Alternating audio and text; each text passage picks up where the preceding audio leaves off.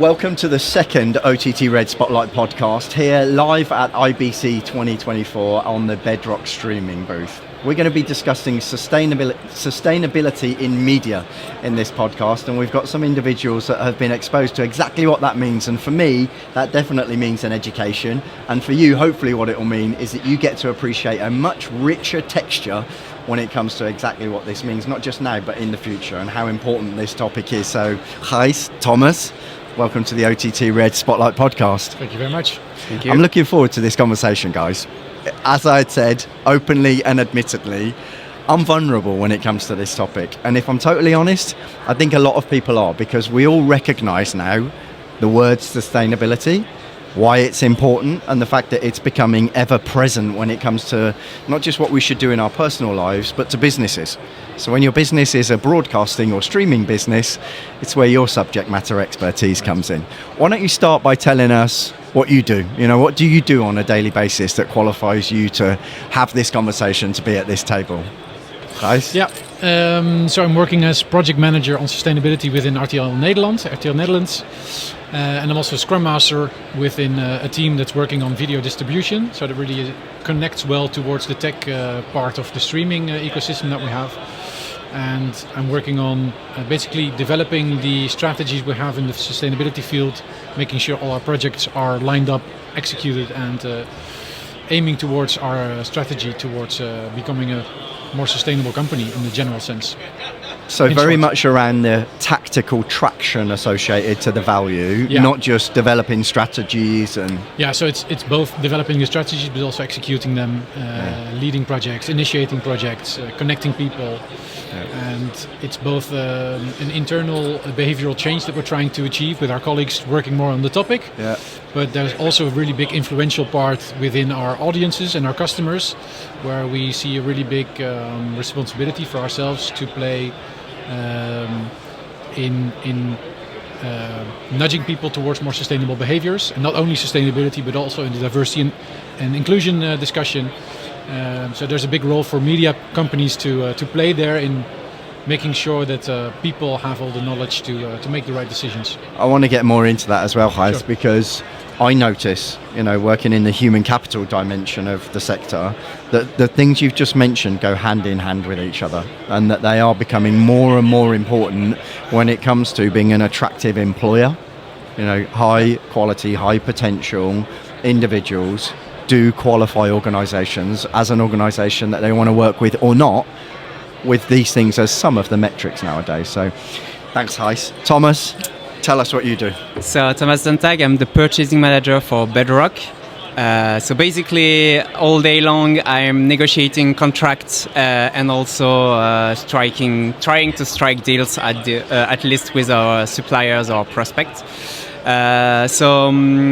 In this extent, actually, I'm in touch with all our suppliers, and that's the reason why I've also a second hat in a certain way. So I'm kind of a project manager regarding the sustainability part at Bedrock, and I'm working really closely with someone who is not here, unfortunately, today, who is Vincent Galissot, and who is a technical leader within the infrastructure team at Bedrock, and who is doing a lot regarding also the sustainability part at Bedrock. So, yeah, let's say that when I will speak from both of us, Vincent and I, because we are a duo. That's the reason why we are doing, I hope, great for Bedrock regarding this topic. I think it's really interesting, guys, because it's very evident that the roles that you've both got are as much around evidence of sustainability existing in real terms in a business, whereas I would say that my perspective for a long time was it was stuff that got discussed, talked about, probably at conferences, but actually, was it really being paid attention to? I don't know, but I see a sea change now. So let's move on then to what the constitution of a comprehensive sustainability strategy is within a streaming organisation. You're in Bedrock streaming, you're in the sector and exposed to other things. But let's start with you, Thomas. What is it at a kind of strategic level, and then what would be some of the metrics that you look for on a weekly, monthly, annual basis, whatever the rotation is? So yeah, at a strategic level, I will say that as of now, there are kind of three pillars that we have regarding the sustainability part. Is one, the fact that it's deeply linked to the technical stuff that we are doing at Bedrock. So if we are efficient, technically speaking, we will be efficient on our CO2 emission in a certain way. It's also very economical because both are deeply linked to me, and it does really matter to me to say that most of the time, let's say that if we are going to a sustainability way, it's also going to show on the savings that we are doing at Bedrock.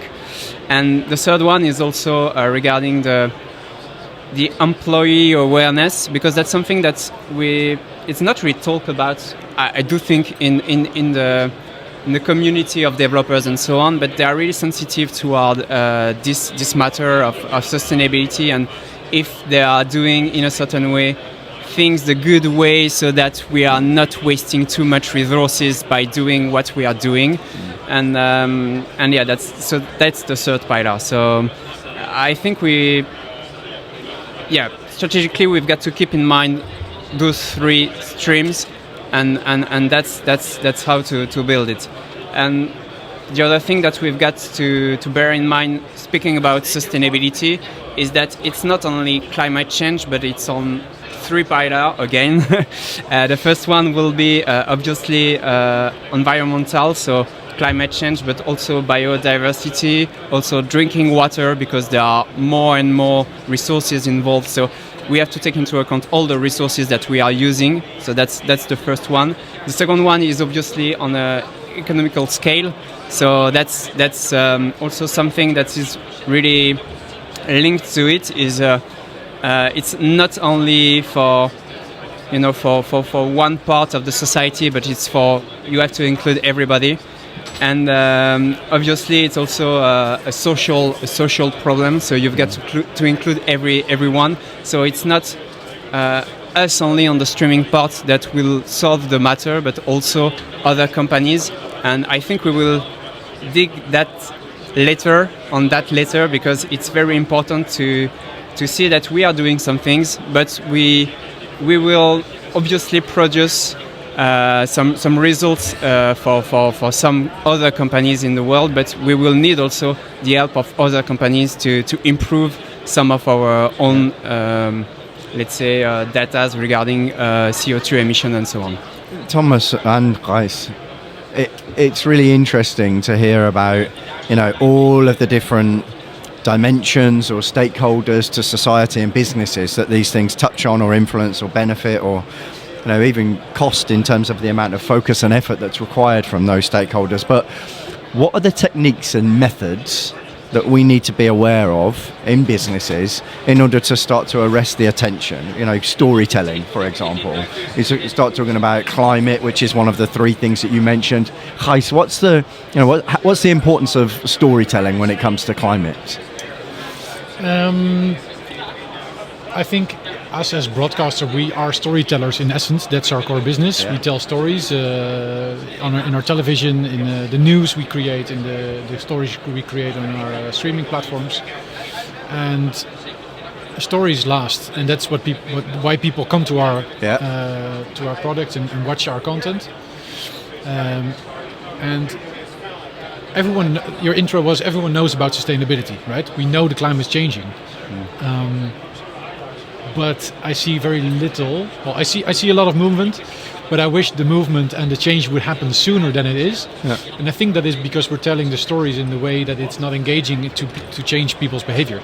Interesting. And if I look at it from a psychological perspective, taking a different step here, humans are not designed to change their behavior. We're people that are built to do the same thing over and over again and become very skilled at it. And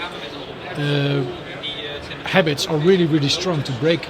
I mean, look at the January 1st, I'm going to the gym. A month later, you're not going to the gym anymore, right?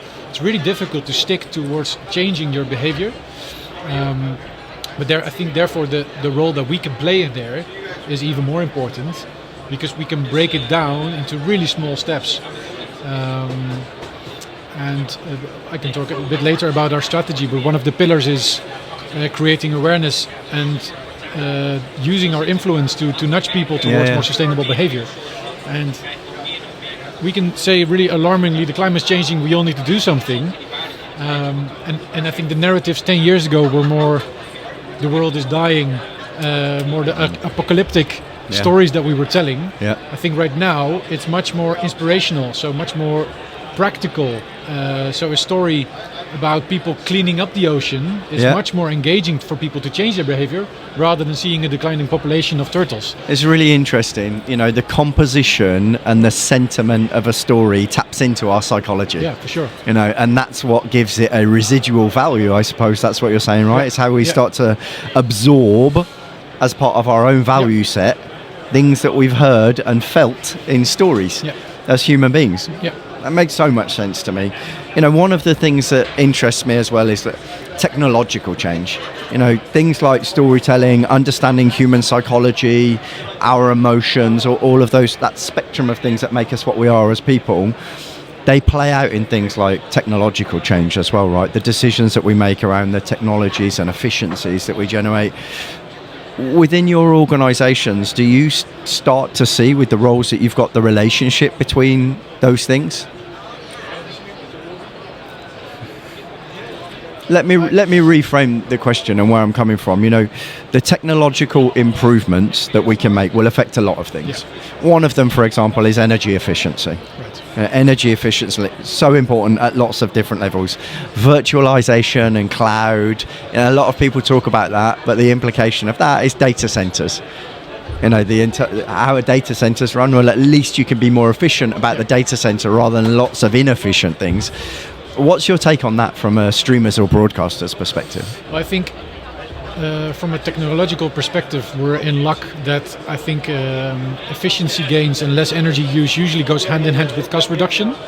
So there's a really big driver for companies, at least from RTL's perspective, but I'm sure it's the same for you guys, to reduce costs, because less cost is always good. I think what really helps now is there's new regulations from the EU coming in, the CSRD regulations, which basically say we're used to reporting from financial results only, and if a company is financially healthy, then it's interesting for investors. Now you see a shift that investors also want to know, is it ethical? Are they investing in the right things? Are they morally okay? Are they working with the right people, etc.? And are they doing no harm to the climate? That's what this new regulation is for, to be able to compare companies from a non-financial way, which makes it more and more important for us to understand the emissions coming from our digital activities as well. At the moment, it's not yet part of our main source of emissions, but I do foresee that in the future we need to report on the emissions coming from our streaming activities, and we currently don't know. It's interesting because the old adage or phrase is, what gets measured gets done. You talked about the investment community and the way that private equity and venture capital and all that kind of stuff works. Even investments within businesses, what the language and the commodity of the conversations around sustainability is more and more about structure, processes. At one level, we're talking about storytelling at another level. The whole fabric of this topic is becoming more well established. And I think one of the things RTL is EcoFlow. Is it the EcoFlow initiative? Would that be another example of what we're talking about? Yeah, I think that links well, because especially in the tech part, the tech ecosystem, there's so many different parts in this very complex ecosystem, of which I understand maybe half of it or less. So it's crucial to be working together with other companies. For example, for us with Bedrock, they're a great partner for us to understand together better what are the emissions coming from here. And EcoFlow is a good example of that as well. It's part of the IBC Accelerator program. So sort of an incubator project. The last 5 months we spent with ITV, BBC and many industry vendors. We're trying to achieve a unified way of approaching the measurement of streaming emissions. And in the 5 months we've spent together, we learned a lot, but we also learned that we know very little. which I think validates. It's still progress. I think we've only scratched the surface, and this afternoon we're presenting our results.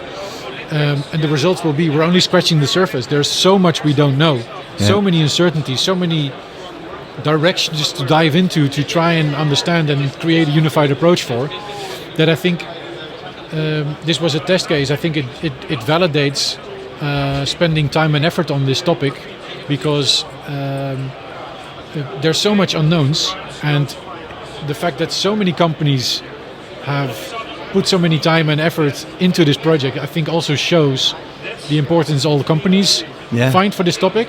And what I find really, really inspiring is I don't work together with all those companies, but everyone is willing to work on the topic because they find the topic important. Absolutely. And that's what I find in all topics regarding sustainability. You don't need to work together, but everyone wants to learn and improve together for the greater cause. At least that's how it feels, and that's really inspirational, inspiring to be part of, but also to be working with all those companies. I love the fact that you said you're announcing your results later. You know, it's almost the kind of CEO type of language. You know, it's a language of accountability now that is surrounding, and it's becoming the composition of this topic.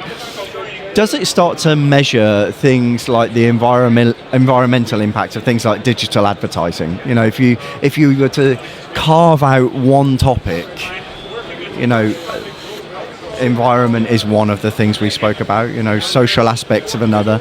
Advertising is a topic that comes up in all of my conversations now. If we were to look at advertising, do either of you have a posture on the relationship between that and environment, for example? So EcoFlow is primarily focused on the streaming part, which is for me a different topic than advertising.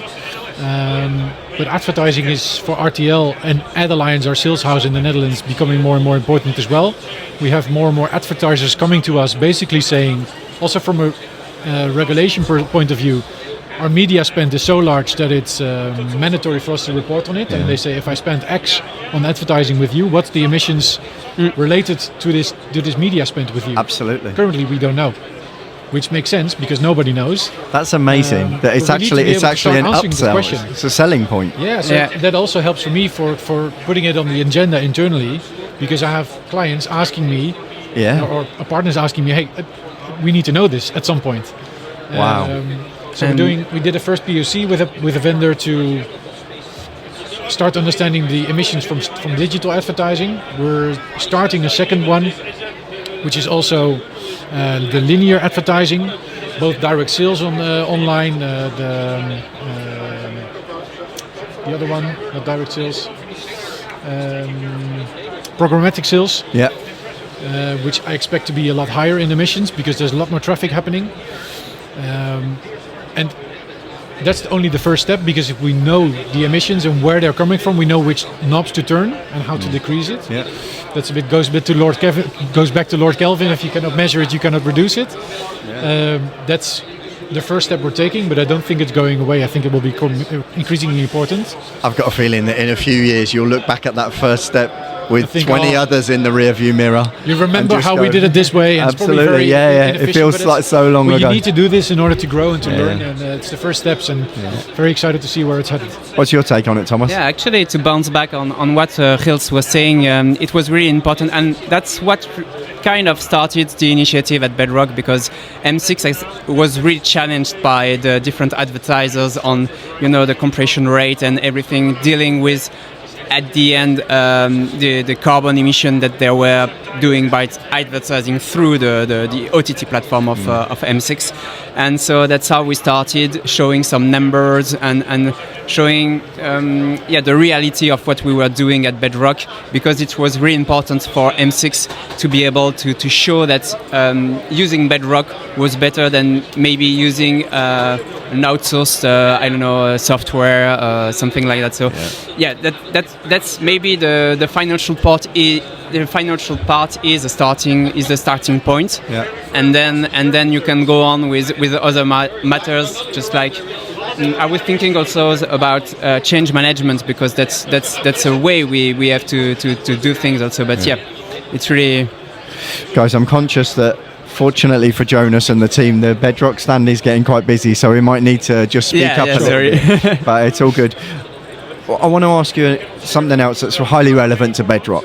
So streaming in terms of its utilization is on the up. You know, if you look at the statistics in the UK, the BARB statistics recently, you look at North America, it has become or is the de facto way to consume content now, particularly of a certain generation. That growth in streaming, does that have a relationship with environmental impact as well?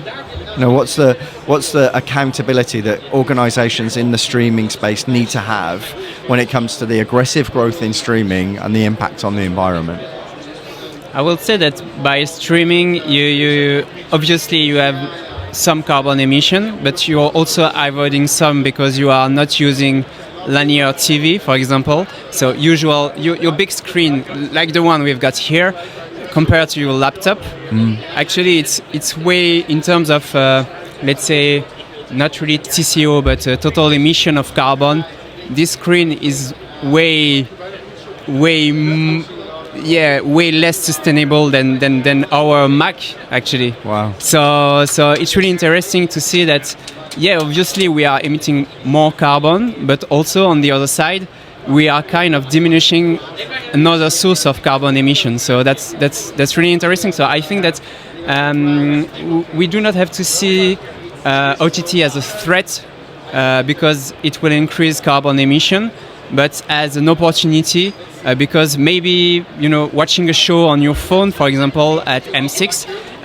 We are not using HD because you have no use for such a small screen to have HD. So you only see, I don't know, at something like 720p or something like that, and it's sufficient enough. Yeah.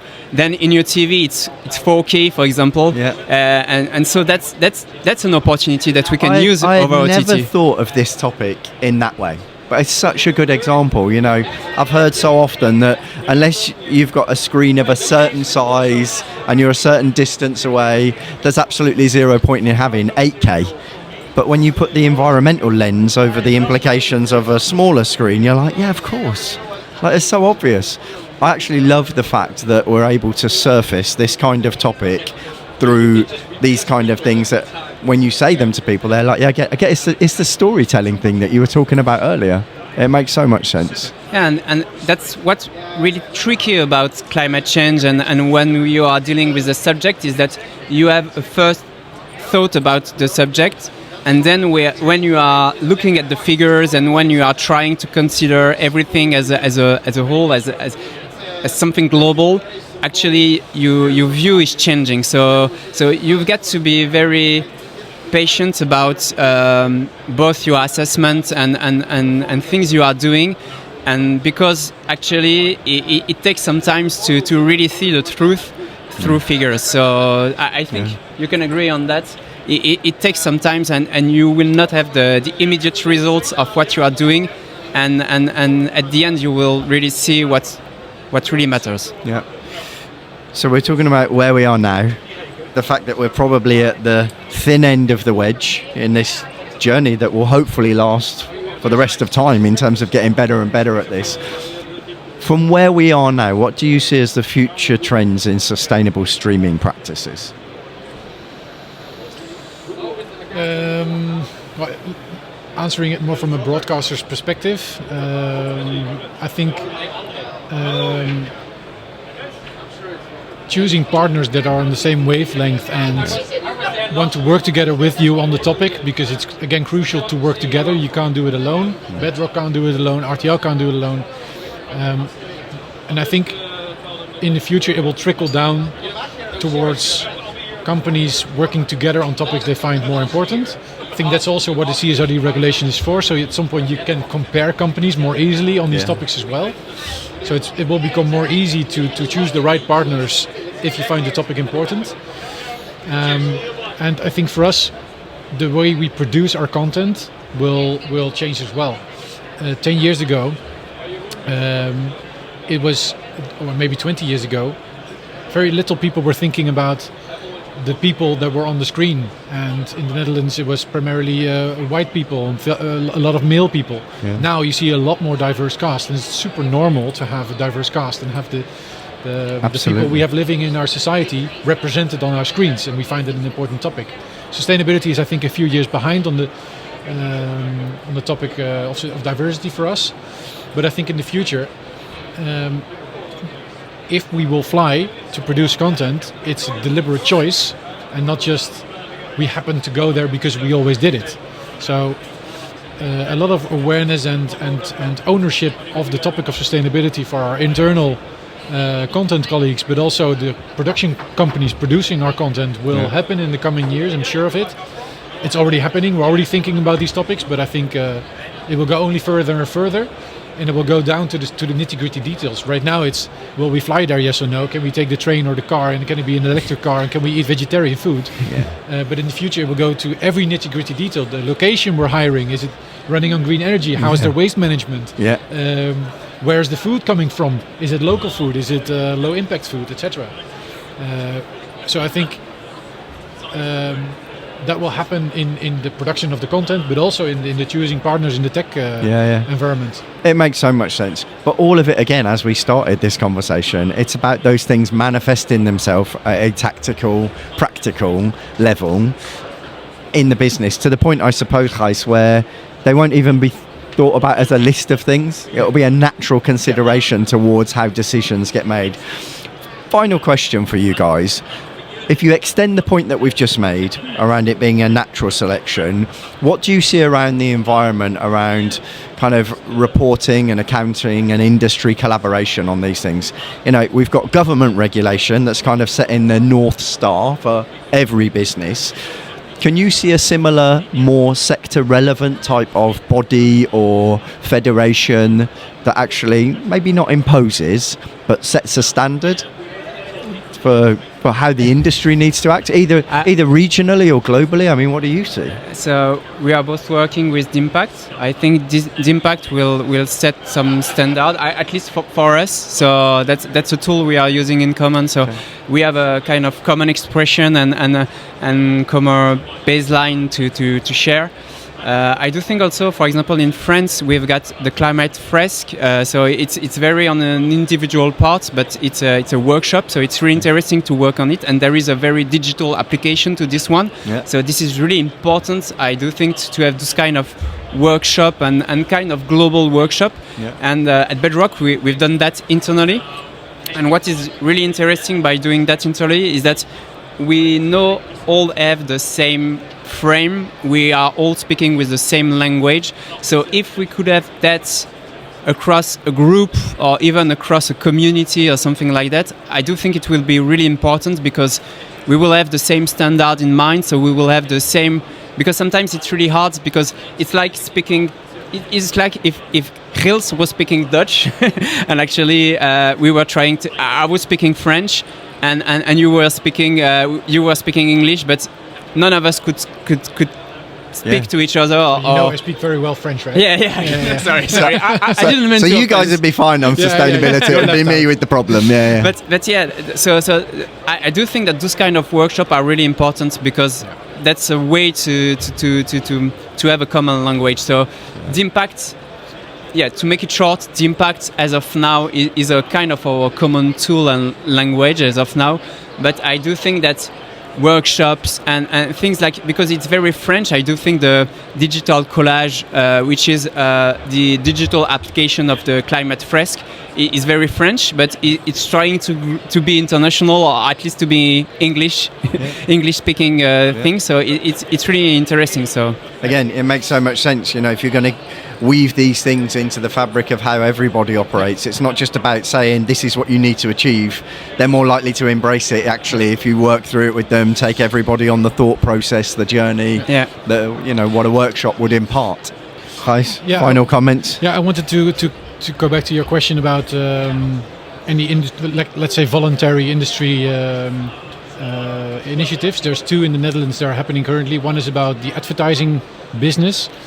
It's initiated by a couple of governing and collective advertising agencies, about creating a unified approach to measure emissions coming from advertising in the broadest sense possible: digital, linear TV, out of home, print, etc. So that as an advertiser you can see what type of advertising suits your needs, Yeah. and you will have one way of measuring it. We're definitely part of that to try and help out and also learn together with all those companies, not because we need to, but because the whole industry finds it important, and that's really good that everyone finds them together. And the other part is where we're with the three biggest broadcasters in the Netherlands, so RTL, Talpa, and the public broadcaster NPO, and the biggest production companies. We're trying to form a group that sets a standard in the production part of our content, to create a standard and improve and increase the number of green productions that we have. So dramatically reduce the emissions coming from production, because currently that's 90% of our carbon footprint. Wow. So there lies a huge opportunity for us to reduce. Also because we don't know the streaming emissions part, because if we know, then it will be a bit less. But there's a big chance there, and the whole industry is trying to work together to decrease. And I think there is one last initiative that we haven't talked about, but the Climate Task Force at RTL and Bertelsmann Group. So we are working on this sustainability part at a group level. So both RTL and Bertelsmann. So this is also a way to try to build a common frame for the group. So that's really important, because we've got different companies within the Bertelsmann Group, for example, and I do think that it will enrich us to share, our vision and our way to think, to see things, and our way to work. So I do think that's also one initiative that we've got to mention. It's great. What interests me with the sheer size and magnitude of BMG, it's a way to demonstrate that if you incubate these concepts and theories across different businesses in different territories, actually the value can be emulated across all of them. And then you can expand it out across different industries, different countries, hopefully globally, and then you get that kind of momentum. Guys, I feel like we've covered so much. You guys would probably think there's so much more we could cover, and who knows, hopefully maybe we'll get the chance. It might be an opportunity to start a storytelling theme actually around an extended podcast. I mean, that could be something really interesting even within BMG. But from a personal perspective, I want to express my gratitude in bearing with how lame I am on some of these topics, and bearing with me and explaining them. And in a serious way, I also think other people watching and listening to this will get the same benefit that I've got from hearing you describe the world and the professional domain that you guys live in, which you're the custodians of the future when it comes to the corporate appointments that will affect the world that my children grow up and live in. So it's a massive accountability, and I hope that you enjoy the rest of the show, IBC 2024, and I hope that it's been as much of a pleasure for you guys to be on the OTT podcast sponsored by Bedrock here at IBC as it has been for me to interview you guys. Thank you very much, Chris. Thank you, Riels. Thanks, Thomas.